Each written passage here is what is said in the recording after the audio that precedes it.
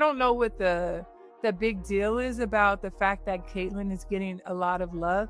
Do you know it's a wild day in women's basketball when a Hall of Famer walks into someone's podcast and drops more truth than a finals post-game presser?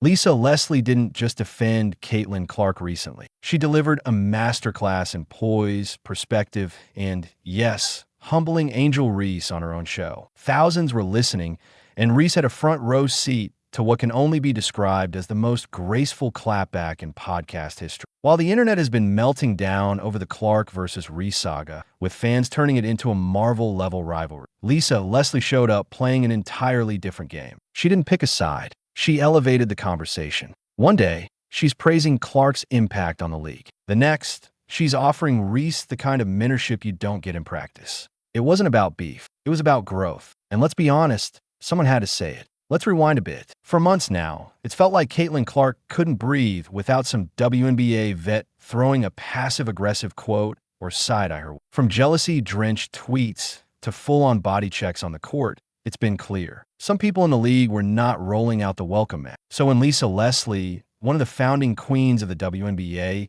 stepped up and said, "Actually, Caitlin's doing everything right," that hit like a game winner at the buzzer. Yes, this wasn't just another opinion from the peanut gallery. This was Lisa Leslie, the woman who practically built the WNBA's foundation, who dunked before it was trendy, and who knows exactly what it takes to carry a league. So when she says Caitlin Clark is the real deal, people listen. Game. And Lisa didn't just say Clark is good. She praised the how, not just the stats. She pointed out Clark's humility, her willingness to uplift the legends who came before her. In a league where some players act like they invented the crossover, Clark's respect for the game's history stood out. Lisa highlighted that loudly. She said in so many words, "Are y'all even paying attention?"